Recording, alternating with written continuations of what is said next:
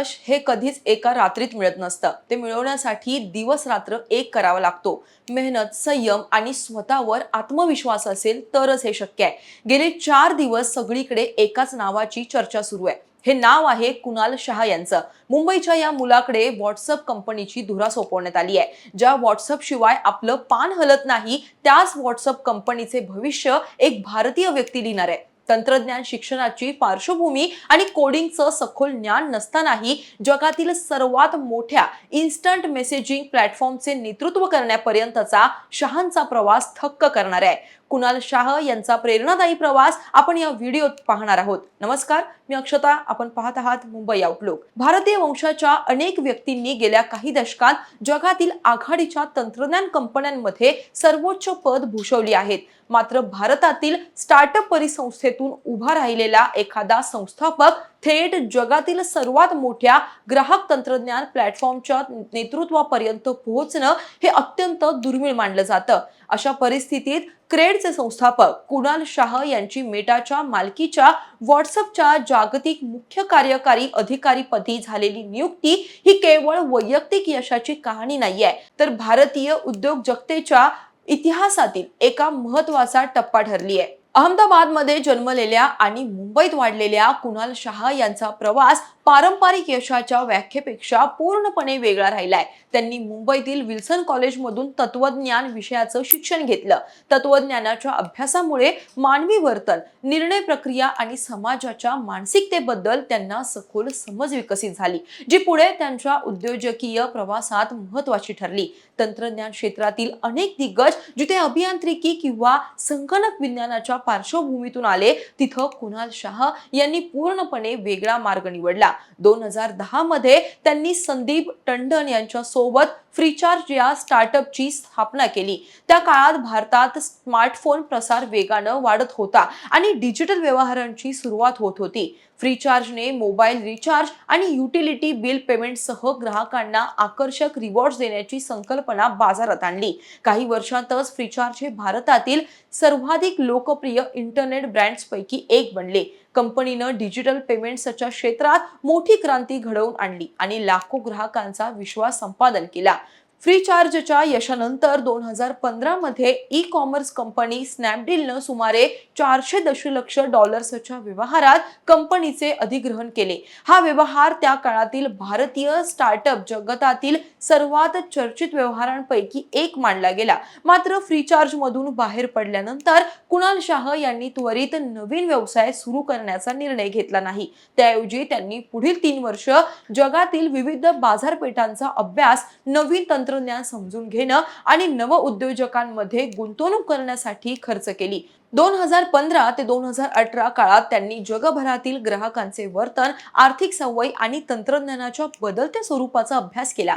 याच काळात त्यांच्या मनात एक महत्त्वाचा प्रश्न निर्माण झाला। भारतात वेळेवर कर्ज फेडणाऱ्या, क्रेडिट कार्डची देयके नियमितपणे भरणाऱ्या आणि चांगली आर्थिक शिस्त पाळणाऱ्या लोकांना कोणत्याही प्रकारचे प्रोत्साहन किंवा बक्षीस का मिळत नाही? या प्रश्नातूनच क्रेड या स्टार्टअपचा जन्म झाला। 2018 मध्ये कुणाल शाह यांनी स्वतःच्या सुमारे $10 लाख गुंतवणुकीतून क्रेडची स्थापना केली। सुरुवातीला अनेकांनी या संकल्पनेवर प्रश्नचिन्ह उपस्थित केले। केवळ प्रीमियम आणि आर्थिकदृष्ट्या विश्वासार्ह ग्राहकांवर लक्ष केंद्रित करणारे मॉडेल भारतात यशस्वी होईल का, याबद्दल शंका व्यक्त करण्यात आली। मात्र कुणाल शाह यांच्या दूरदृष्टीने या शंकांना उत्तर दिलं। 2019 ते 2025 कालावधीत क्रेडनं भारतातील सुमारे 1.7 कोटी विश्वासार्ह ग्राहकांना आपल्या प्लॅटफॉर्मशी जोडले। कंपनीनं केवळ क्रेडिट कार्ड बिल पेमेंट सुविधा उपलब्ध करून दिली नाही, तर आर्थिक शिस्त आणि विश्वासार्हतेला एक प्रकारचे सामाजिक मूल्य निर्माण करून दिले। आज भारतातील एकूण क्रेडिट कार्ड बिल पेमेंट्सपैकी 40% अधिक व्यवहार क्रेडच्या माध्यमातून होत असल्याचं सांगितलं जातं। मेटानं व्हॉट्सअपच्या जागतिक मुख्य कार्यकारी अधिकारीपदी शाह यांची नियुक्ती केली। मात्र कुणाल शाह यांची ही निवड सोपी नव्हती। ब्लूमबर्गने प्रसिद्ध केलेल्या एका अहवालानुसार व्हॉट्सअपने पुढील नेतृत्व शोधण्यासाठी भारत, मेक्सिको आणि ब्राझील देशातील अनेकांच्या मुलाखती घेतल्या। जवळपास 3 महिने चाललेल्या या प्रक्रियेतून कुणाल यांची निवड करण्यात आली। विशेष म्हणजे सुरुवातीला कुणाल यांच्याशी अनौपचारिक आणि सल्लागार म्हणून चर्चा झाली होती। ब्लूमबर्गच्या अहवालानुसार ख्रिस कॉक्स हे व्हॉट्सअपच्या भविष्यातील नेतृत्वासाठी भारत, ब्राझील आणि मेक्सिको सारख्या देशातील उद्योजकांशी आणि गुंतवणूकदारांशी संवाद साधत होते। हे संभाषण केवळ फीडबॅक किंवा सल्ला घेण्याच्या हेतून सुरू होते, ज्यामध्ये कुणाल शाह यांचाही समावेश होता। या अनौपचारिक चर्चेदरम्यान कुणाल शाह यांनी व्हॉट्सअपच्या भविष्यातील क्षमता, व्यावसायिक बाजू आणि दीर्घकालीन वाढीबाबत जे विचार मांडले त्यानं ख्रिस कॉक्स प्रभावित झाले। व्हॉट्सअप आपली पूर्ण क्षमता अजूनही वापरत नसल्याचं शहा यांचं म्हणणं होतं। शहा यांची प्रोडक्ट बद्दलची समज आणि भविष्यातील दृष्टिकोन चांगला असल्याचं कॉक्स यांनी सांगितलं। यामुळे सल्लागार म्हणून सुरू असलेल्या या चर्चेला अचानक वळण मिळालं आणि मेटानं शहा यांनाच या पदासाठी विचारणा करण्याचं ठरवलं। कुणाल शाह यांच्या मेटामध्ये प्रवेशामुळे क्रेडच्या कामकाजाची जबाबदारी आता मितेन संपत यांच्याकडे सोपवण्यात आली आहे। 2020 पासून क्रेडमध्ये स्ट्रॅटेजी आणि फायनान्स विभागाचे नेतृत्व करणारे मितेन संपत सध्या अंतरिम मुख्य कार्यकारी अधिकारी म्हणून कामकाज सांभाळतील।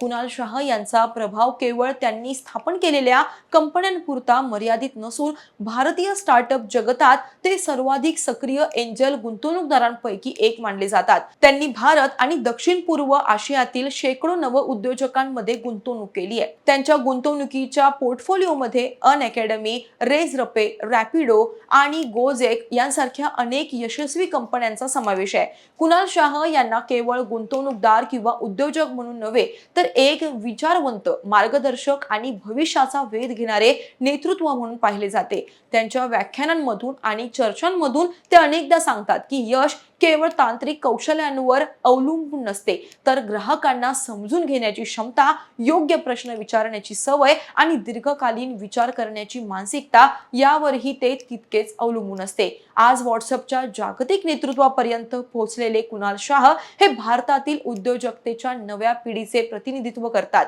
त्यांनी सिद्ध केलंय की जगातील सर्वात मोठ्या तंत्रज्ञान कंपन्यांचे नेतृत्व करण्यासाठी केवळ तांत्रिक कौशल्य पुरेसे नसते, तर दूरदृष्टी, ग्राहकांची सखोल समज आणि नवकल्पनांवर असलेला विश्वास हे देखील तितकेच महत्त्वाचे असते। अहमदाबादच्या एका सामान्य कुटुंबातून सुरू झालेला हा प्रवास आज जगातील सर्वात प्रभावशाली डिजिटल संवाद प्लॅटफॉर्मच्या नेतृत्वापर्यंत जाऊन पोहोचलाय। त्यामुळे कुणाल शाह यांची ही नियुक्ती केवळ एका व्यक्तीच्या यशाची कथा नसून भारतीय स्टार्टअप, भारतीय उद्योजकांच्या वाढत्या सामर्थ्याची साक्ष देणारी ऐतिहासिक घटना ठरली आहे।